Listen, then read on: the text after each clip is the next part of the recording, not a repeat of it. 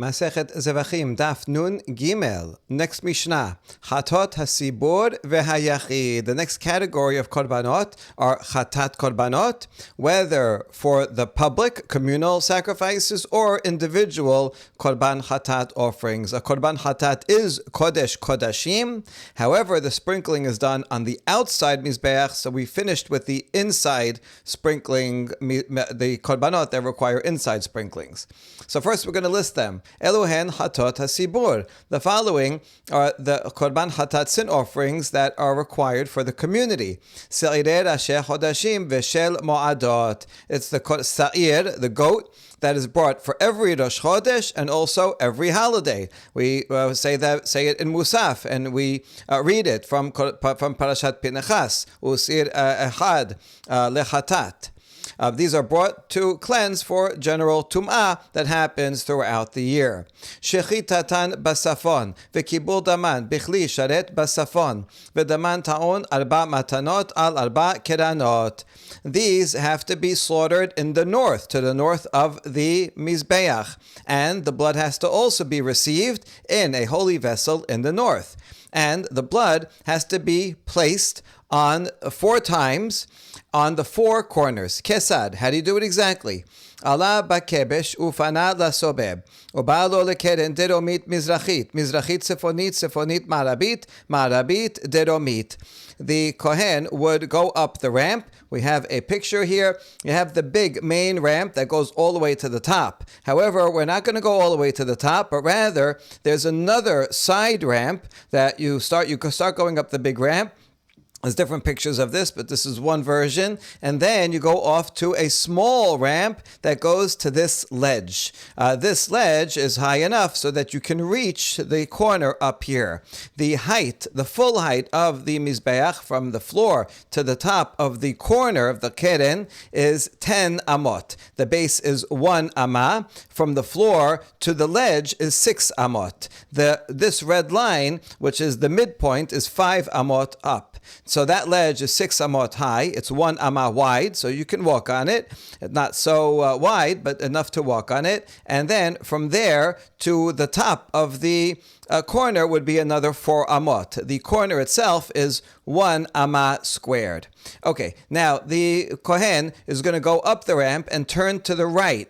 Whenever you're circling things in the Bet HaMikdash, you generally turn right, meaning you're going counterclockwise. So he turns to the right and he goes to this corner and then to the back and then here and then comes back to the front. That's the order of the sprinklings or the dabbings on each of the corners.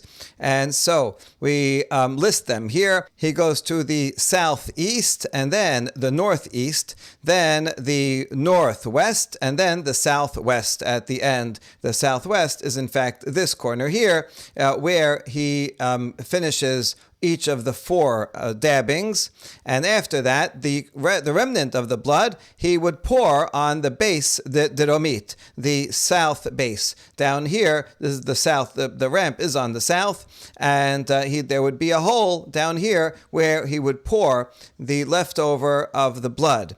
Now, the meat of it is eaten within the curtains. That would be in the Mishkan, within the curtains. In the Bet HaMikdash, that would mean within the courtyard. It can be eaten by male Kohanim. It can be prepared in any way that they want, whatever if they want to roast it or boil it or however they want to make it. And it can be eaten for 1 day and 1 night until Chatzot, so only half the night. This is mentioned in the first Mishnah in Masechet Berachot. This is really, you could eat it all night. However, the rabbis made a siyag and said, better to eat it until Chatzot, because if you eat it all night, then the Kohanim will say, well, I could eat it later. And they'll fall asleep and they'll be lazy about it. So if you have to eat it all before Chatzot, then they'll be more zealous to make sure that they don't leave it over. Hechi avid. Now we want more details. Precisely how do we do the dabbing on the corners of the Mizbeach? Rabbi Yochanan v'Rabbi Elazar, had amar noten ama elach. ואמה אלך, ואחד אמר מחטא ויורד כנגד חודו של קרן. A machloket between Yochanan and Rabbi Elazar. We don't know who says which one, but one of them says when he's standing on the ledge, so it's easy for him to reach the corner, and he can put the blood either on an amah on this side or an amah on that side. And so as long as it's somewhere on the corner, that's sufficient. It doesn't have to be on the corner itself.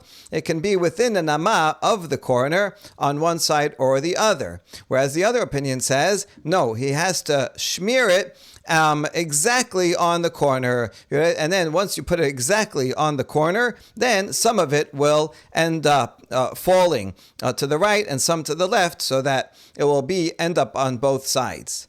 Alibad Rabbi Elazar Rabbi Shimon Damad hi atzma ena nasit ela begufa shel keren tekule alma la pelige. Now we're going to have a machloket about that machloket. If you follow the opinion of Rabbi Elazar Rabbi Shimon, who said that the placement is done on the corner itself. In other words, you can't do it at the wall, but rather it has to be on the top of the corner. The corner itself is 1 amah wide by 1 amah tall.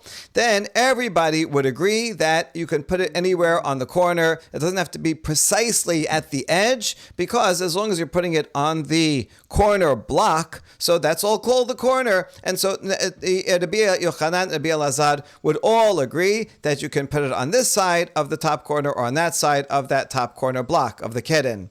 Ki pelige alibad Rabbi. Rather, this machloket between Rabbi Yochanan and Rabbi Elazar is only within the opinion of Rabbi, who says that one can place the blood anywhere above the red line. It doesn't have to be on the keren itself, but anywhere above the line. In that case, according to Rabbi, mor savar ama elach ve'ama elach keneged keren hu. One opinion says you can put it. Let's say you're putting it down here near the ledge, so you can put it up to 1 amah from the corner on this side, or up to 1 amah on the corner of this side, which will be parallel to the width of the keren itself. So as long as it's within the vertical width of the keren on this side or that side, that's considered proper. Whereas the other opinion said, no, it has to be below the corner, the edge of the corner itself. But you don't have any room to go. You can't go further in or further out. It has to be on the corner itself. Metibeh, a challenge from a baraita against the opinion that says you can put it anywhere within the first amah from the corner. The baraita teaches chatot hasibur vayachid kesan matan daman. The baraita is expanding on the Mishnah and wants more detail. How do you place the blood for a sin offering of a communal sin offering or of an individual? The kohen would go up the ramp and then he would turn right. Uba lo lekenen mizrachit, and he would first encounter the southeast corner. That's the corner over here. V'tobel be'espa'o haymanit hamiyumenet shebayamin. He will dip into the blood that he's holding, the bowl of blood, and he dips his right finger, and it's the index finger. Index finger is the miyumenet, the most capable finger. He dips that min hadam sheba mizrak. And so he dips it into the blood that's in the bowl that he's holding.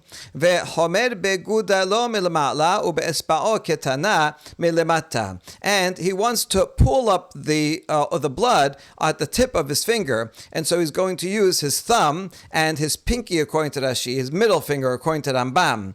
So he takes the fingers, Rambam makes sense that you take the 2 fingers next to the index finger and use that to pull up the blood at the top of his finger, so that he can be ready to then go and smear it all, because it's at the top of the finger, ready. And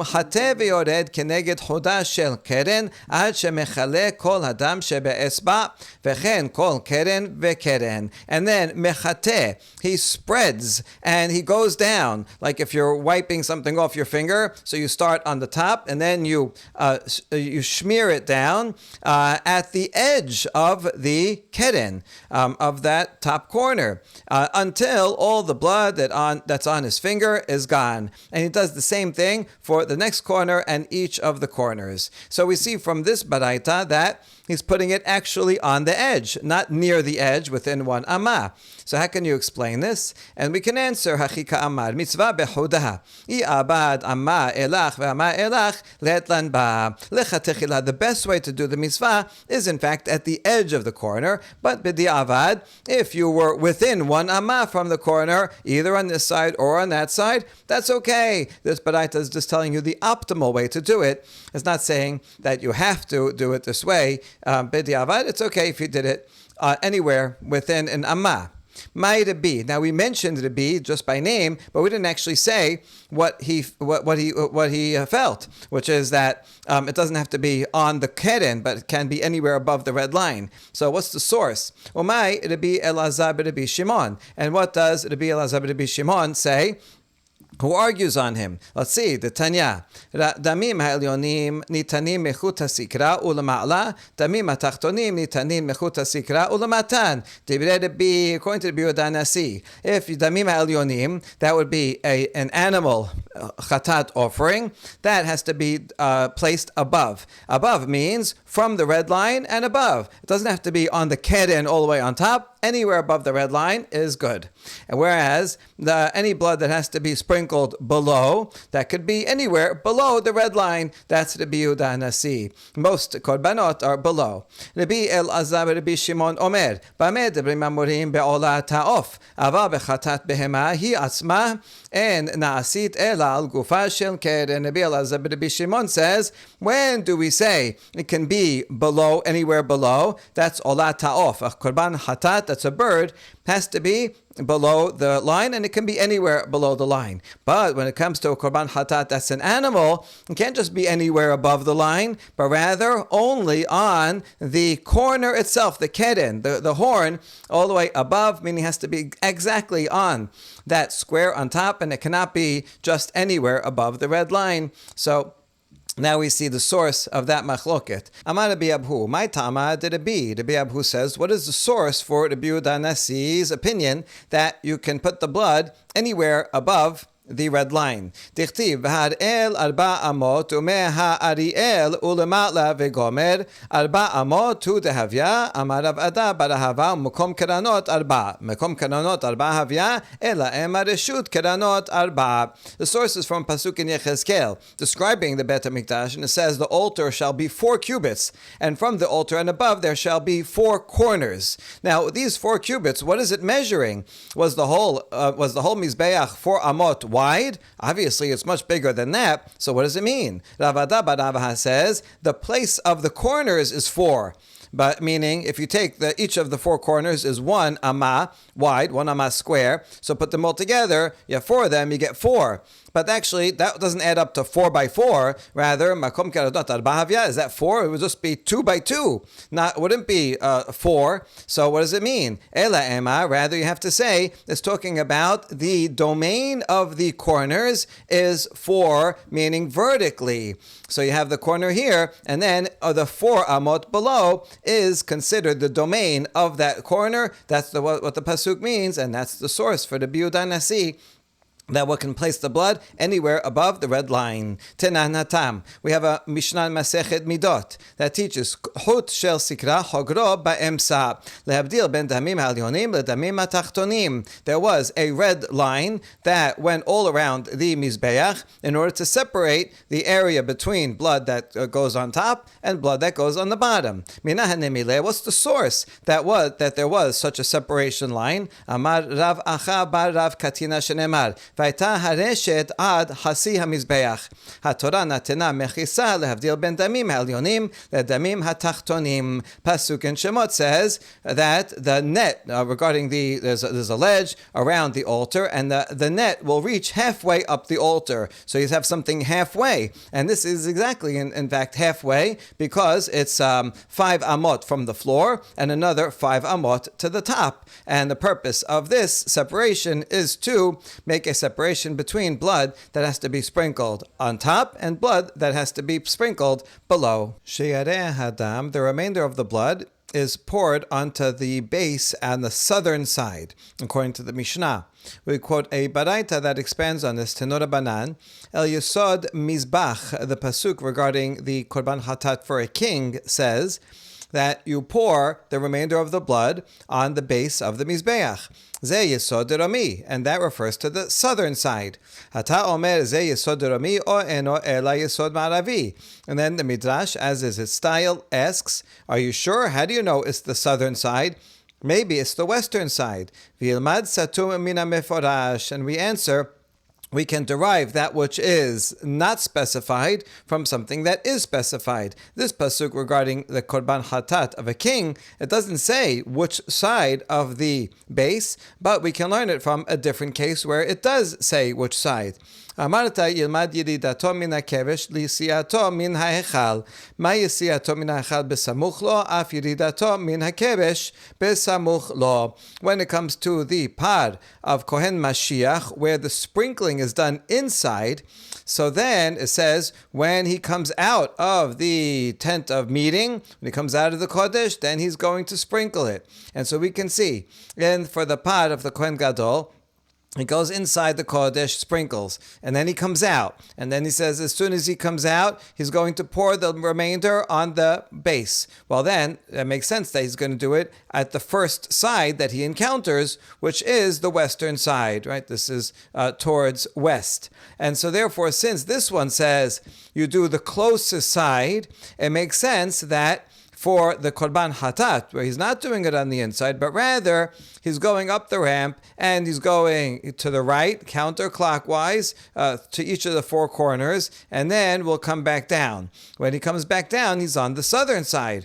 So it makes sense that he will sprinkle on the southern side. The rule is, wherever you are, you should take the least amount of steps and perform the pouring right away. So we learn from the Amarta, Yilmad Satum min ha'mefrash, Amarta, Yilmad Yiridato min ha'kebesh. We're going to compare coming down the ramp to leaving the Hechal. Just like when you leave the Hechal, you do it you pour it on the closest side, which in that case is western side.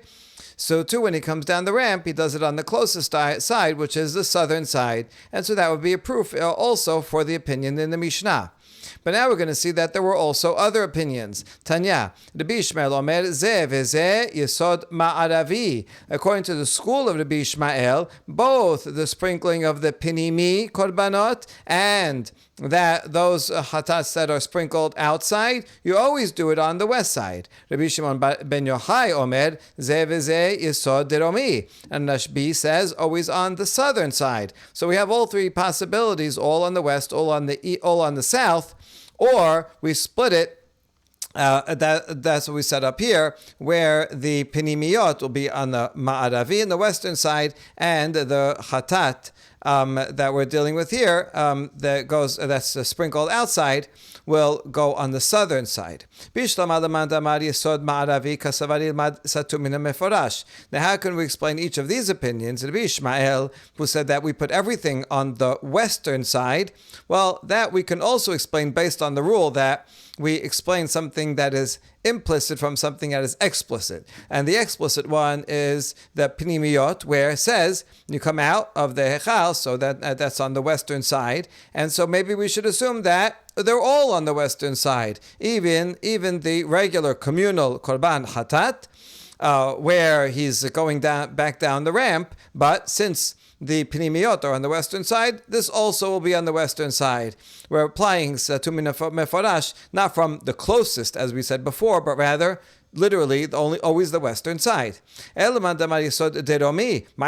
you can say all of them are on the southern side, why would that be? What would be the source? Rabbi Aseh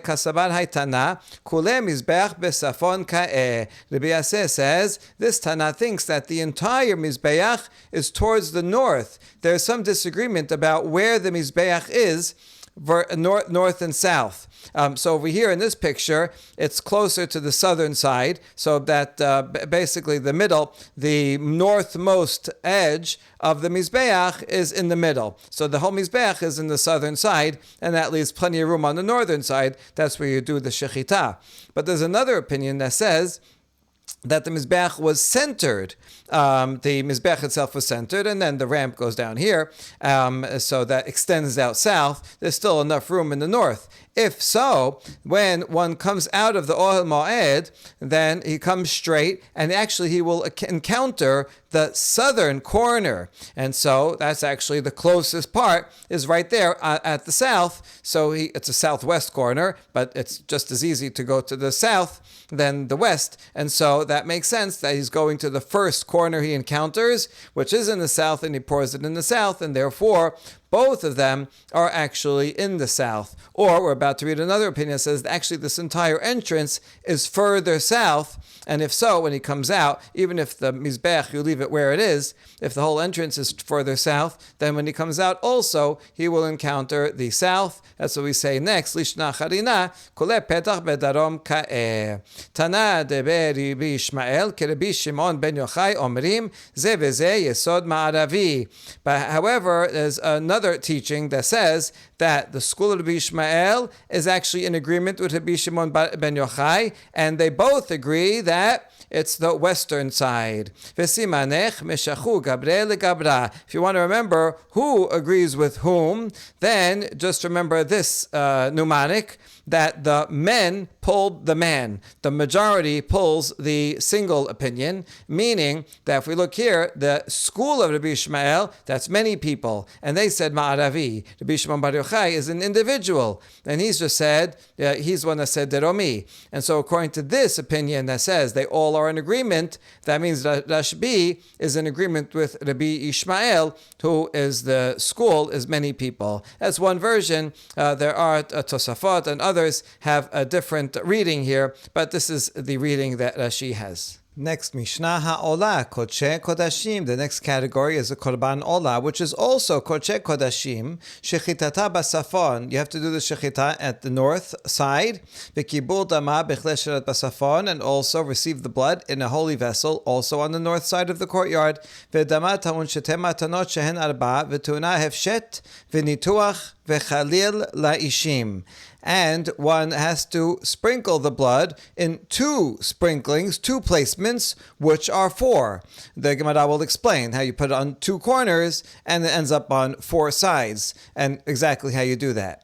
In addition, one needs to skin the animal. Although it's a korban olah and it's entirely burnt, that does not include the skin. Rather, it's skinned, and the kohanim can keep the skin and use it for themselves. It is cut up into pieces and brought up on the mizbeach in pieces, and then it's entirely burnt on the fire. Gemara. Olah ma'itama tanela kodshe kodashim. How come for korban olah it says this is kodshe kodashim? It did not say that in the previous Mishnah, although it was also kodshe kodashim. So why not say it there? Why only say it here? Mishum de la ketiba kodshe kodashim. Because in the Pesukim it does not say regarding korban olah that it is kodshe kodashim. Therefore, the Gemara, the Mishnah, has to make explicit and clarify that it is in fact kodshe kodashim.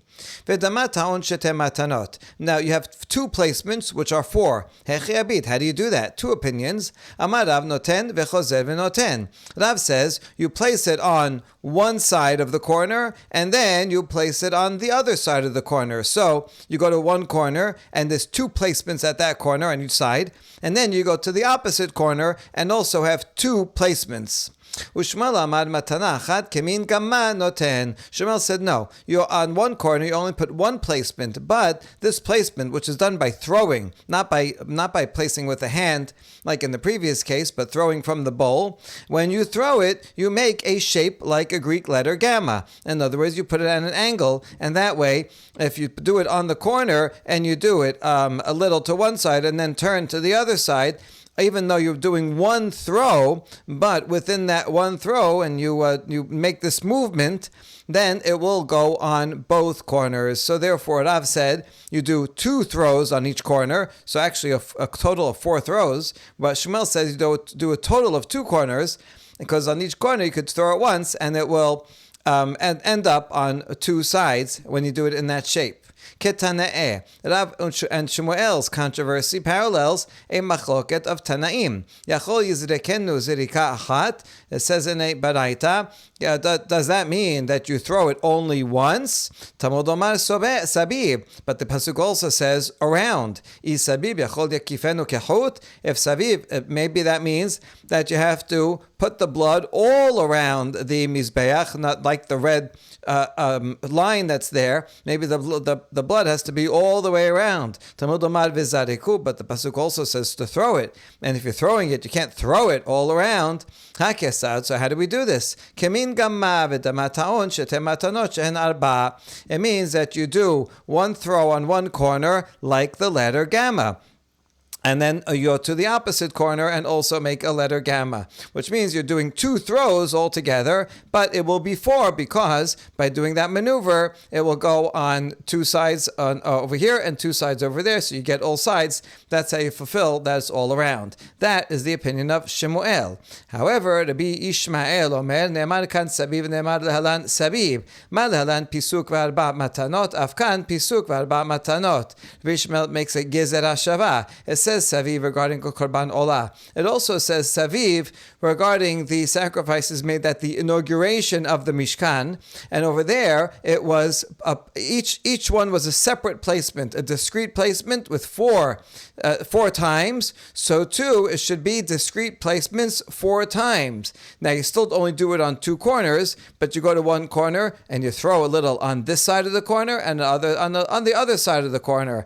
So that's 2, and then you go to the opposite corner and you do the same. So you have 4 throwings altogether on 2 corners, and that is parallel to the opinion of Rav. Ima lehalan arba matanot al arba kiranot, afkan arba matanot al arba kiranot. But now we ask, if you're going to learn it from this Korban Chatat, where the blood was sprinkled on each of the 4 corners separately. So maybe here for Korban Olah, because you're making a Gezer HaShavah, maybe the Korban Olah also should be that you splash it on each of the 4 corners separately, not on only 2 corners, because that's where you're learning it from.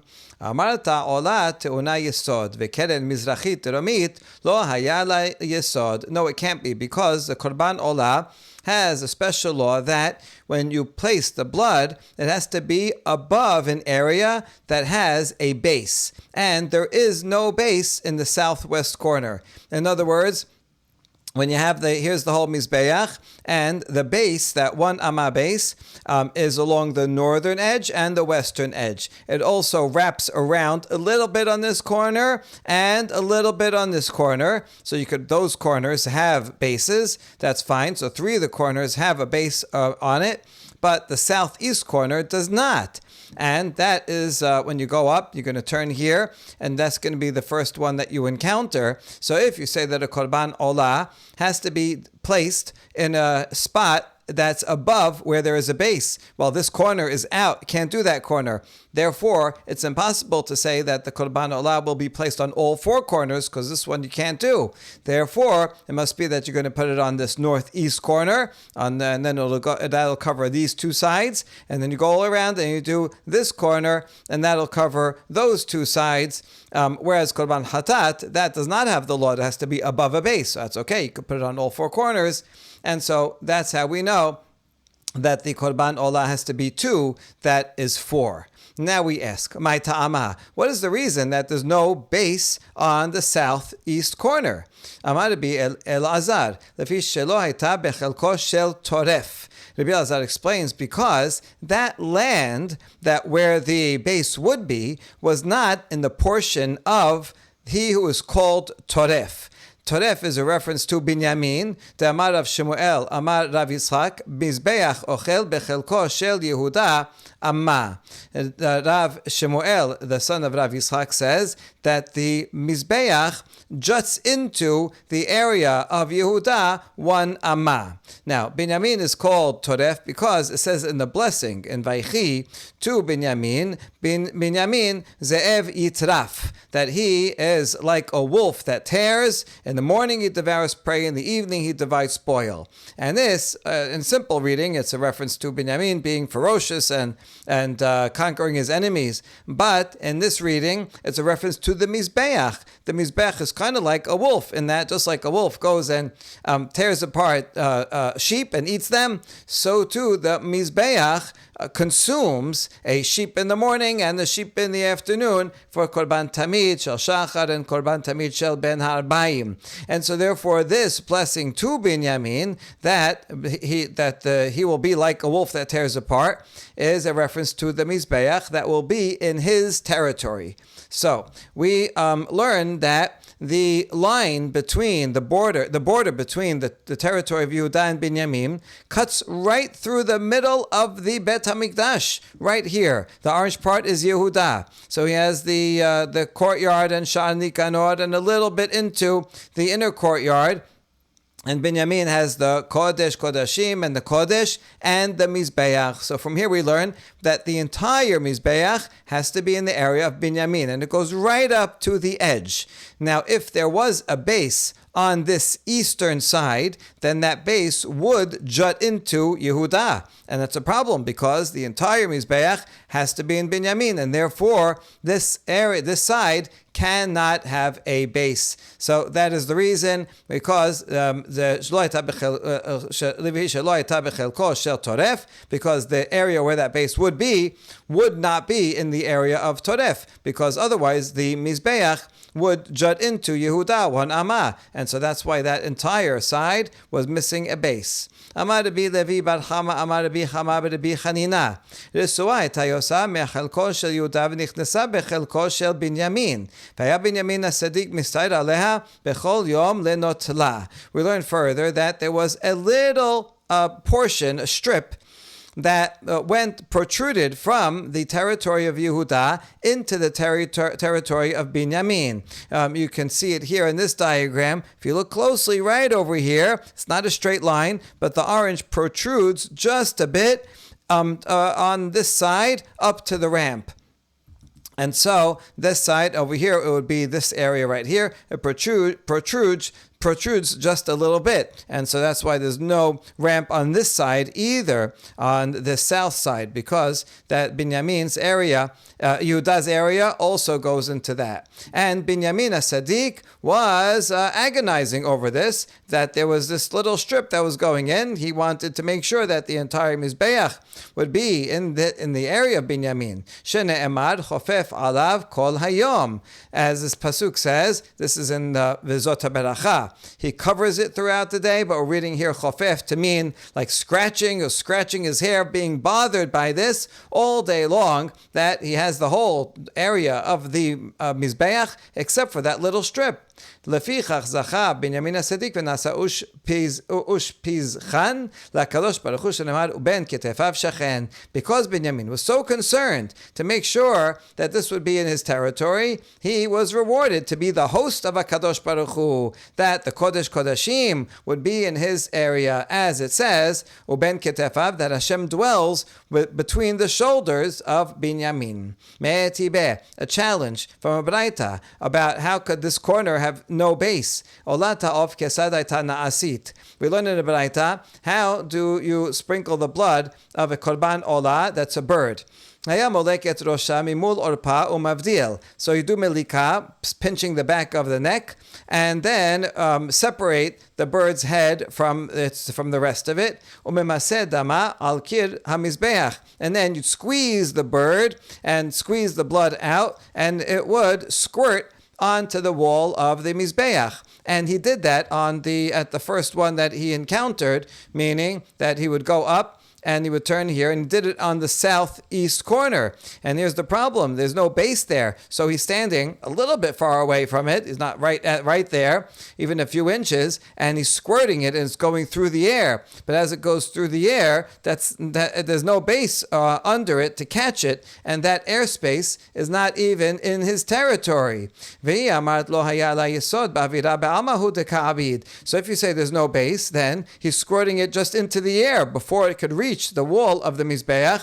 It's squirting in the air that has nothing to do with the Mizbeach, not even in his territory, so there's nothing catching it, and so it should be invalid. Amar Rav Nachman bar Yitzchak, Emar kachitnu, Avirat de Binyamin, Karka di Yehuda. Rav Nachman bar Yitzchak explains that they made a deal, a compromise between the two tribes, that the airspace would belong to Binyamin, even though the land belonged to Yehuda. Because the land belonged to Yehuda, there was no base there, but because the airspace belonged to Binyamin, as long as he squirted it into the air and it was in the airspace, that was already considered the territory of Binyamin, and therefore he's squirting it into his own airspace, and therefore the holiness of the Mizbeach extends to that area, and so it's valid. He's squirting it into that airspace, and then it will land on the Mizbeach. Baruch Adonai Le'olam. Amen ve'amen.